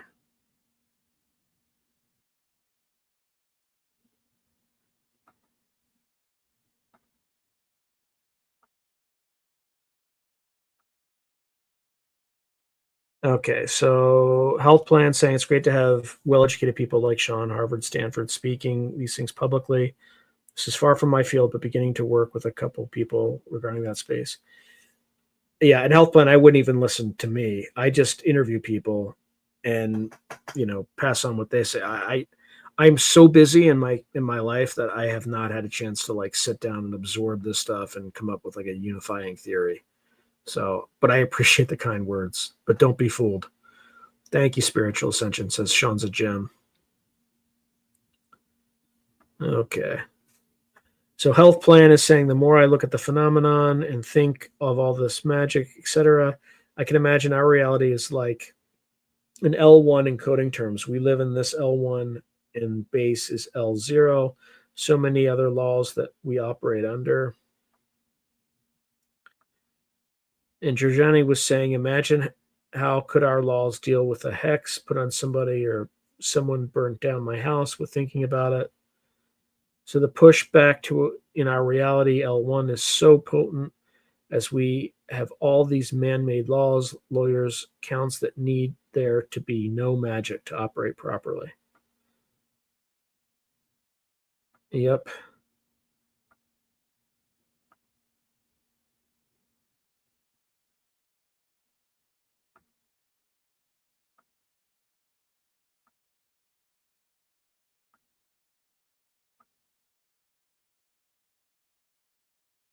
All right. I'm just sorry, folks. I'm just trying to like race through.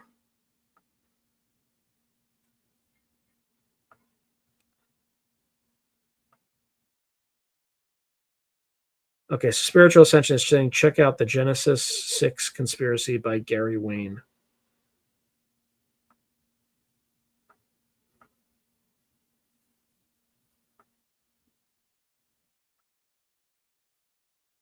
Okay, Scott Ian saying Chaos Magic groups on Facebook were fun until the leftists chased away the free. Yeah, I'm not surprised by that. Yeah, yeah. Thank you, Dana. Thank you, Sean. She says thank you, Sean. Please take a deep breath, relax. I've had like 4 coffees today, which is 4 more than I normally have. I normally just have like Diet or Coke Zero, so I had like I'm getting plenty of caffeine.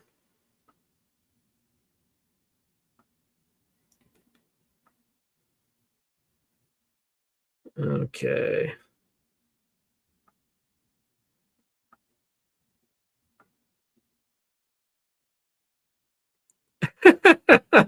Sean, increase the dose significantly. You'll get there. I know. I know. Sorry, I didn't say Dale Fleischer said that, but Dale Fleischer said that. Okay, I'm just. Whew.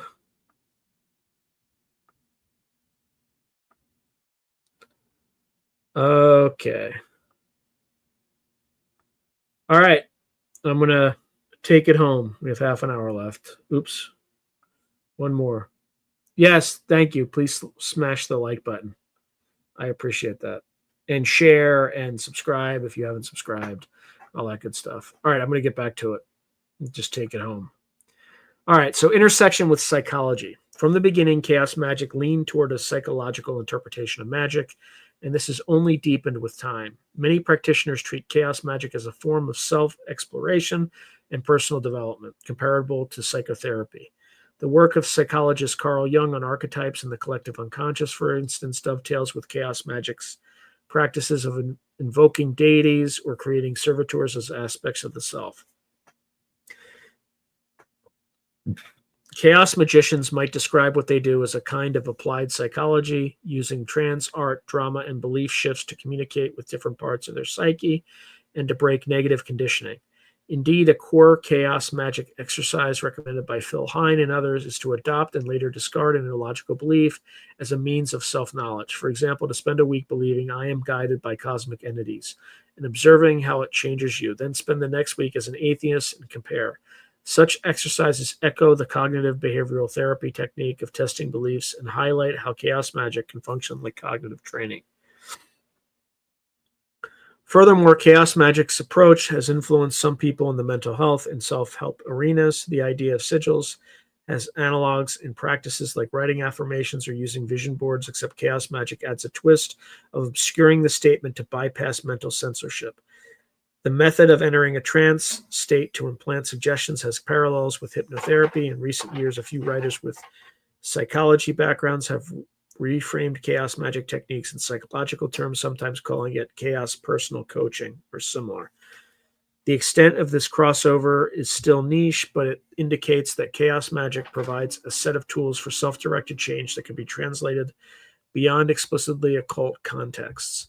On the flip side, the influence flows from psychology into chaos magic. Modern chaos practitioners are often well read in neuroscience, placebo effect research, and NLP. They incorporate that knowledge to refine their magic. For example, understanding how the brain forms habits lends insight into deconditioning exercises. Chaos magic has become more analytical in the sense that practitioners measure success in terms of psychologists might recognize. Did this ritual reduce my anxiety? Did adopting this persona increase my confidence? In doing so, they demystify magic and make it a kind of interior alchemy accessible to skeptics. Yet, true to chaos form, many simultaneously hold that some magical results defy current scientific explanation, leaving room for mystery even as they borrow from psychology. Chaos magic's influence on art and culture is broad and often operates through the idea of artist-magician. Many chaos magicians are themselves artists, musicians, writers, or game designers who see their creative process as inherently magical. We have noted Genesis Peorage in music and Grant Morrison in comics. Another example is the British painter Austin Osman Spar himself, whose art was essentially sigil craft on canvas.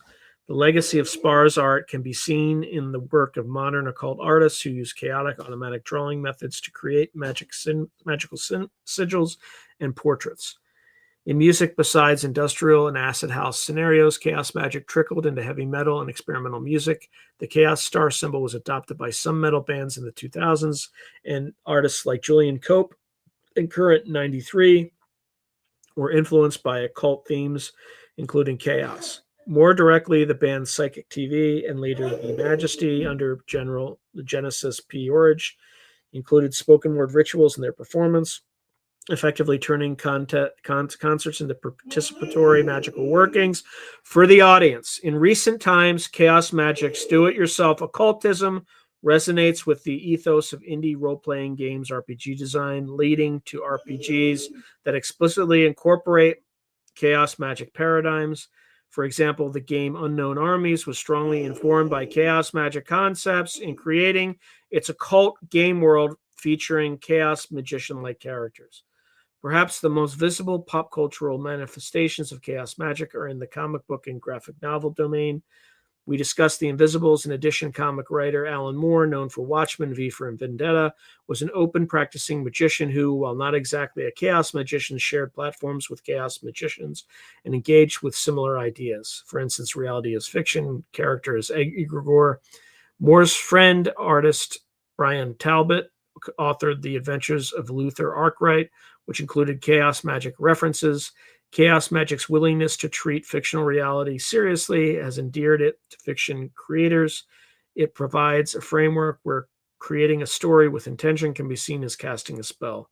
This has been influential in what Morrison and others call pop magic and culture hacking. A particularly intriguing modern idea from Chaos Magic is that corporate logos are actually sigils that big companies use to imprint desires on the masses. Grant Morrison articulated this in the early 2000s. The Nike swoosh, McDonald's golden arches, etc. function as massively broadcast sigils, infecting minds and shaping behavior. This perspective has influenced cultural critics and artists who see advertising as a kind of occult manipulation. Some chaos-inspired artists intentionally subvert logos, changing them or creating anti-logos as a form of magical resistance. Street art that warps corporate icons can be viewed through this lens as chaotic enchantment of public space. As hinted, Chaos Magic has flourished in the digital realm. Practitioners now not only communicate online, but also experiment with technological media as magical tools.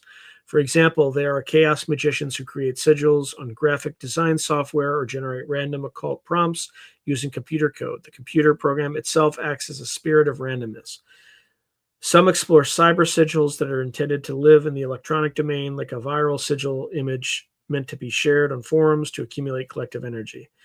The concept of the egregore has an analog in internet culture. Any viral meme or trending hashtag could be seen as an egregore, a thought form empowered by mass attention. Chaos magicians consciously play with this, sometimes attempting to launch memes with a magical charge behind them.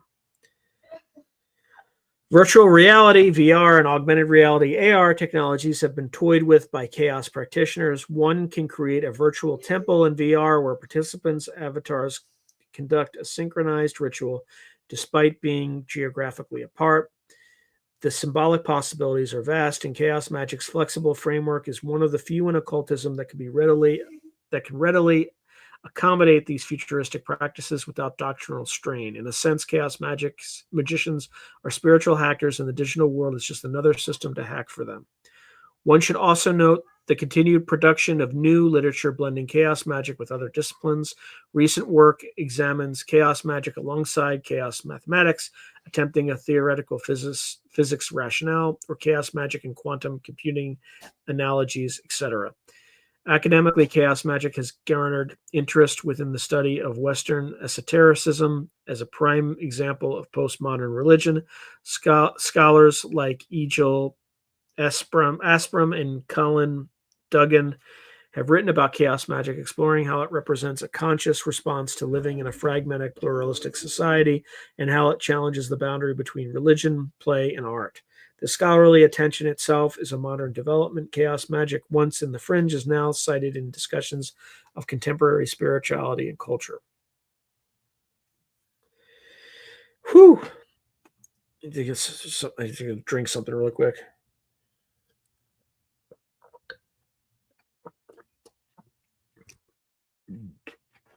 In modern practice, some chaos magicians have sought to integrate the insight of chaos magic with older spiritual systems in a complementary way.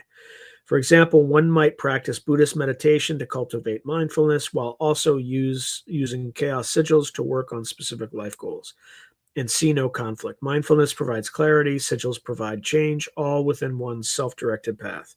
Others have combined chaos magic with shamanism, arguing that the ancient shamanic approach of entering spirit worlds is just another paradigm that can be utilized to great effect. In fact, Peter Karl himself noted that all magical systems might derive from an Ur system of shamanism, one stripped of cultural trappings. This perspective encourages chaos magicians to learn from indigenous and traditional practices, not as dogma, but as techniques.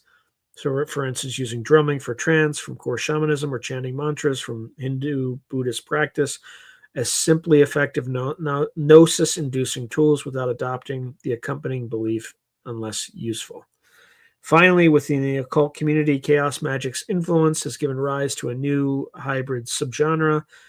One is synchro mysticism, a practice of finding mystical significance and coincidences in film, music, and historical events. Essentially, chaos magic's divinatory mindset applied to cultural analysis. Another example is chaos paganism or Gnostic Voodoo, which is Michael Bertio's school, where eclectic spirit work is done with chaos-like freedom. There's also a movement loosely termed post-chaos, where magicians build on chaos magic's foundation, but reintroduce certain traditional elements like initiations or mythic narratives in a conscious way to add depth beyond raw technique. This shows how that chaos magic, while once the edgy newcomer, has matured to the point of influencing even those who wish to move beyond it. In summary, the modern landscape of chaos magic is diverse and vibrant. Its core contributions to the democratization of magic, the concept of belief as an instrument, and an unbridled creativity and practice have permeated occult culture and even aspects of mainstream culture through media and meme. Chaos magic today is less an identity one claims, though many do, and more an approach that can be applied within any magical or creative context. Whether it's a solitary witch crafting a quick sigil on her smartphone or a group of artists treating a collaborative performance as enchantment, the fingerprints of chaos magic are visible. And in a world increasingly interconnected and information saturated, the chaos magician's skill of navigating shifting realities and symbols seems more relevant than ever, providing tools to actively engage with the chaos of contemporary life. So chaos magic stands as a singular innovation in the landscape of modern occultism, a tradition that paradoxically defines itself by its refusal to be pinned down by tradition. Born in the late 20th century from a confluence of occult heritage and postmodern thought, chaos magic has charted a course for individualized, pragmatic spirituality outside the bounds of any fixed dogma. Historically, we have seen how it emerged as a reaction against the perceived stasis of earlier magical orders, infusing the occult revival with new dynamicism and irreverence. Philosophically, chaos magic has introduced powerful ideas. The belief can be a conscious tool, that all spiritual systems are human-made maps rather than divine territories, and that by changing one's map, one can explore new territories of experience. These ideas echo the relativism of our era while empowering practitioners to become, in effect, artists of their own belief systems. Technically, chaos magicians have enriched the repertoire of magic with techniques like sigilization and servitor creation, and by demonstrating that even the simplest acts, scribbling a symbol, chanting a nonsensical phrase, can be potent when performed with focus, intent, and the right state of mind. The chaos magic approach stripped occult practice to its core, will, imagination, and altered consciousness. In doing so, it demystified magic, inviting a broader range of people to experiment without needing initiation or arcane knowledge. Simultaneously, it mystified the mundane, showed that even a fast food logo or a comic book character could partake in the numinous if invested with meaning. This dual movement, making magic ordinary and the ordinary magical, is a hallmark of Chaos Magick's legacy. Key figures like Spar, Karl, Sherwin, and Hine provided the foundation and the dissemination of these concepts, but Chaos Magick, true to form, does not canonize its leaders. Instead, it encourages each practitioner to be their own guru, to verify truths in the crucible of personal experience. The movement's openness has sometimes invited criticism, for instance, that it lacks a moral compass or depth, but it has also allowed Chaos Magick to continually reinvent itself and absorb insights from fields as disparate as Jungian psychology, anarchist theory, and computer science. Few spiritual currents have proven so as adaptable to the internet age. For example, is Chaos Magick a testament to the enduring relevance of its core principle, flexibility. Academically, Chaos Magick has been examined as an exemplar of contemporary Western esotericism's evolution. Scholars note that it challenges the very definition of religion or magic, since it is playful and transitory with belief, more of a meta-belief practice. In a time marked by pluralism and decline of grand narratives, Chaos Magick may be seen as the logical product of its time, a spiritual path tailored for those who acknowledge the chaos and uncertainty of the postmodern world and choose to wield that chaos creatively, rather than be overwhelmed by it. In conclusion, Chaos Magick's comprehensive importance lies in how it bridges worlds, the rational and the irrational, the ancient and the futuristic, the personal and the collective. It takes the primal human endeavor of magic, the attempt to shape reality through will and symbol, and retools it for modern sensibilities, free of needless frills, yet open to all wonders. Whether one approaches Chaos Magick as a serious occult practice, a psychological self-help method, or an art form, it offers a framework where imagination is given primacy and change is celebrated. As the world continues to change, often rapidly and unpredictably, the ethos of Chaos Magick, to surf on chaos, to dance with uncertainty, and to draw new sigils in the stars of the possible, remains profoundly resonant. Chaos Magick has thus secured its place as a lasting element of the occult tradition. Not a static school of thought, but an ongoing, evolving conversation about how humans can co-create reality in a universe of limitless possibility and constant flux. Thank you, everyone. That ends the prepared portion of this radio show.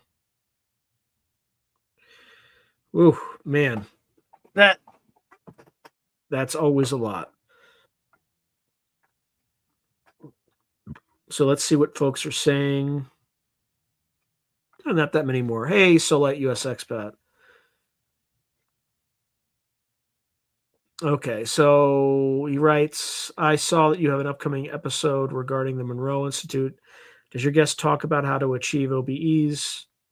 I almost went out of body. I think my body was vibrating. It freaked me out.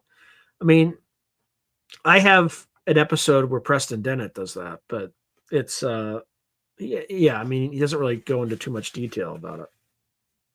The Monroe Institute episode, that is. But he talks about the use of it and all that good stuff. Okay,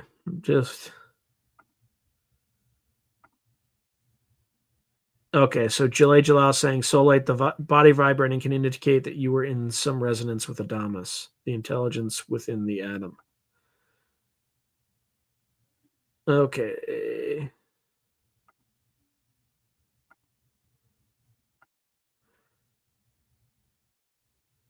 Okay, so Health Plan. Anybody here following Sphere Network, Patrick Q. Jackson work, etc.? It's very interesting. I'm starting to hear that name more often, but I don't know too much about it. Health Plan. Solite US Expat is saying, I took a course and there are studies that show people who eat less meat and more vegan or fruit will have more OBs than somebody that just eats meat. Too bad. I love it. Yeah, then that means I'll never be able to do it because I literally gag when I even smell vegetables.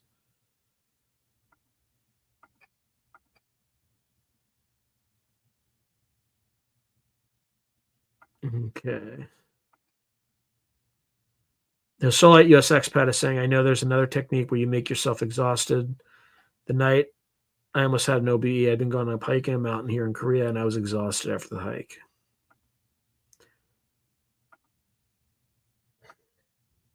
Okay.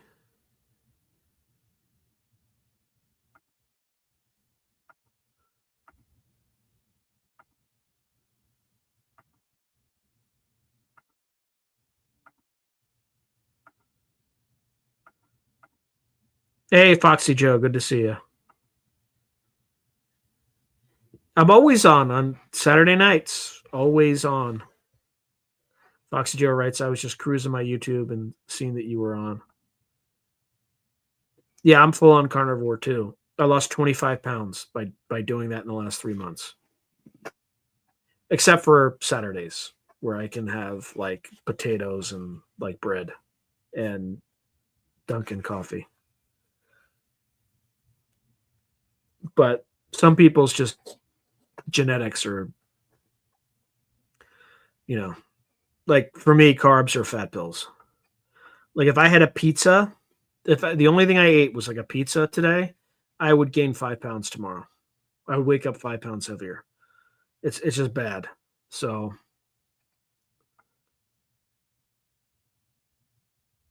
yeah. Oh, so OBVs are basically vegetable toxin poisoning.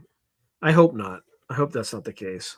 I have heard that before, but I also think that's just like hippie snobbery. Maybe. I hope.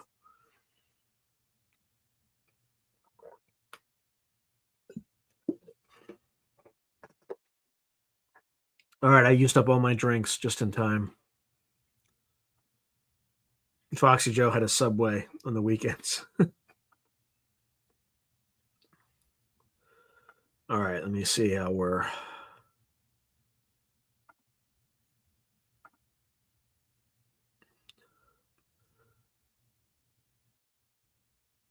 Yeah, I'm making good progress on the subscriber end. I might actually breach 20,000 before the end of the year. Right now, I'm at 17,599. So it might still be possible. Maybe if. Let's see.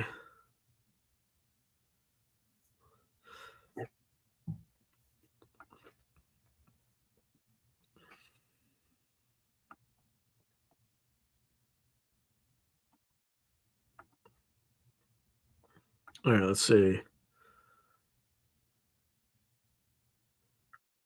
So Solite US expat is saying, has future forecasting showed when our dollar will crash by any chance? I'm wondering if it will be this year and next year. And have you spoken to Lynn Buchanan lately?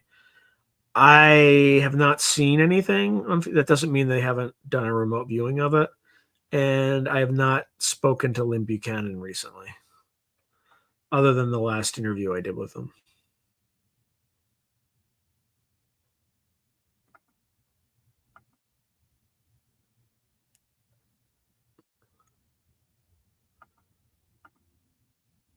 No new Al synchronicities, but at the beginning of the call, I talked about now I guess it's called a parliament or unkindness of ravens. There's a third one. I can't remember what it is. But it's not Congress and it's not murder. And it's a parliament of owls. I know that for sure. Spiritual Ascension is asking if I remember my avian lifetime. I don't remember any lifetime other than this one. I have no memory whatsoever. Okay, so Scott Ian is saying, oh, yeah, the FFG vid about the crash was interesting. Yeah, I can't even remember which one that was. But I just do one of these things a week. So I just kind of do them and then move on. So I just did my analysis for next week's session. So we'll see.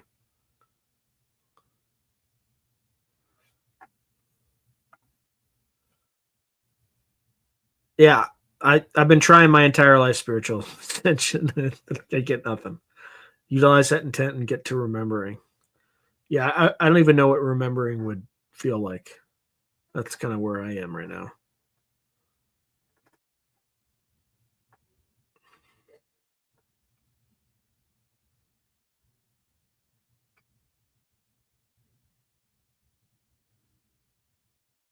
All right, I am like way out of steam right now. Way out of steam. Yeah, I actually tried one of those, and honestly, if it felt like my brain was using the same muscle that I used to write fiction.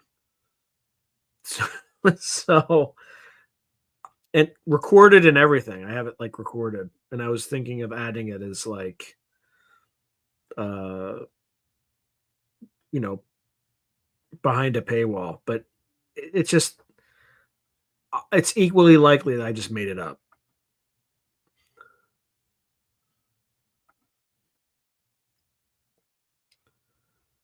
Okay, so Health Plan is writing U.S. expat. The fiat crash is of high interest to me as well.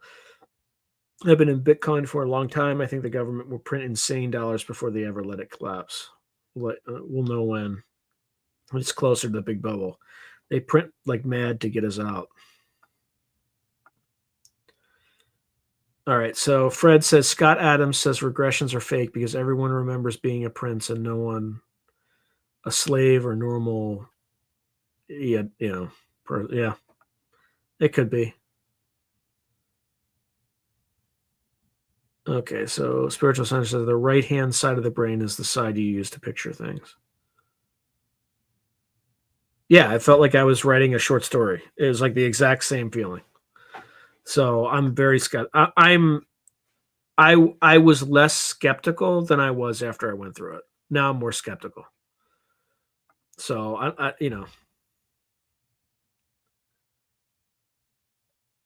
yeah, I would just say whatever occurred to me. But whatever occurred to me was like that's what I do when I write.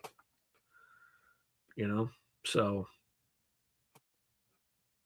oh man.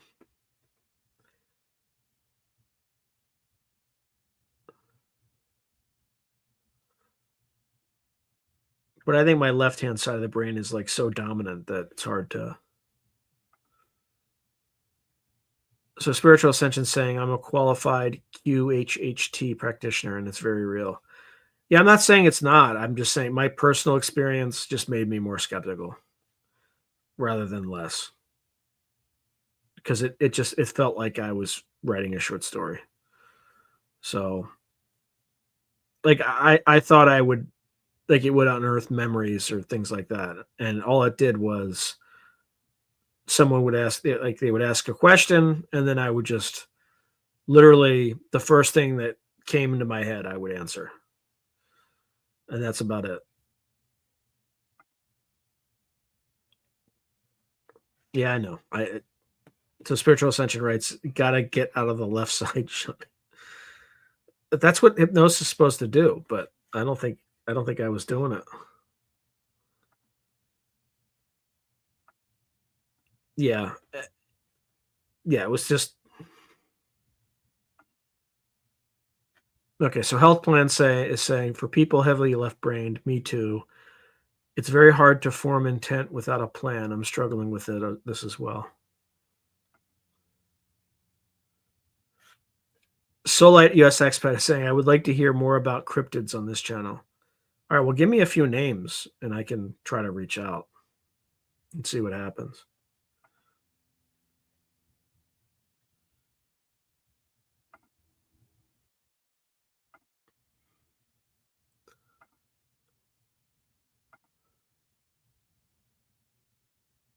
Okay, so spiritual ascension is saying, and it feels like it's not your memories, but they are.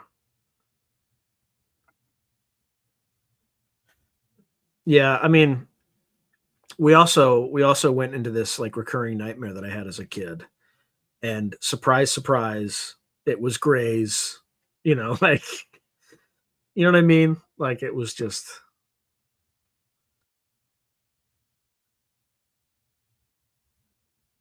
okay, so Fred writes, "I have to finish reading Drawing with the Right Side of the Brain." McMonagall recommended it. Okay, so Lon is that Lon? Yeah, Lon Strickler from Phantoms and Monsters Radio. All right. I gotta go. It's a long, long, long, long night. So thank you everybody for tuning in. Have a great rest of your weekend. God bless, and see you all next week on some other topic that I have yet to pick. So good night. God bless everyone.